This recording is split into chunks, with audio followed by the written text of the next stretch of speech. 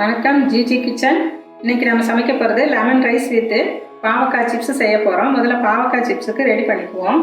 1 spoon oil நம்ம அதில் ஊற்றிக்கலாம். அரிசி மாவு 3 spoon, cornflour 3 spoon, garam masala 1/4 teaspoon, மிளகாய்த்தூள் 1/2 டீஸ்பூன், காஷ்மீரி மிளகாய்த்தூள் 1/2 டீஸ்பூன், குழம்பு மிளகாய்த்தூள் 1 ஸ்பூன் போட்டுக்கலாம். உப்பு தேவையான அளவு. தண்ணி கொஞ்சம் அளவாக திட்டமாக தெளித்து அதுக்கு தகுந்த மாதிரி பிசைஞ்சிக்கலாம். ரொம்ப தண்ணி பற்றக்கூடாது. இப்போ மாவு கொஞ்சம் நேரம் ஊறட்டும். அதுக்குள்ளே நம்ம லெமன் ரைஸ் ரெடி பண்ணிக்குவோம். இப்போ நம்ம லெமன் ரைஸு தயார் பண்ணுவோம். நல்லெண்ணெய் 4 ஸ்பூன் ஊற்றிக்கோங்க.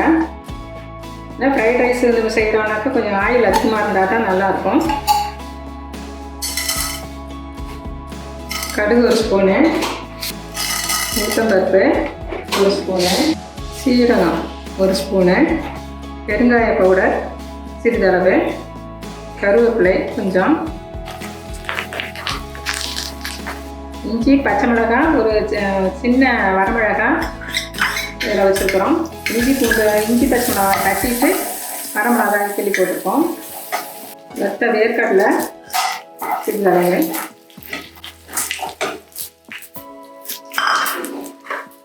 இப்போ 1 டம்ளர் அரிசிக்கு 1 லெமனும் கொஞ்சம் மஞ்சத்தூள் கொஞ்சம் உப்புத்தூள் இதில் போட்டு கலந்து வச்சுருக்கேன்.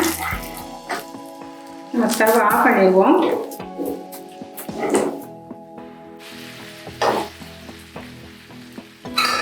உப்புத்தூள் அதிலே போட்டுருக்குறோம். நம்ம லெமன் கூடயே தனியாக போட தேவையில்லை. Lemon rice ready. நம்ம இப்போ பாவக்காய் சிப்ஸு ரெடி பண்ணிடுவோம். கடைசியாக நம்ம கொத்தமல்லி தலையை ஊற்றி விட்டு இறக்கிடுவோம். பாவக்காய் நம்ம பொரிக்கலாம்.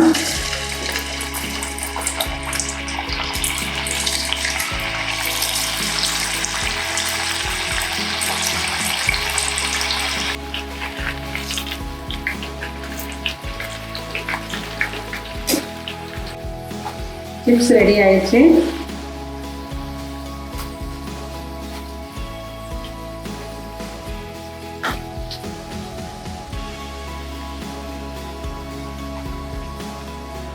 லெமன் ரைஸும் பாவக்காய் சிப்ஸும் சூப்பராக இருக்கும்.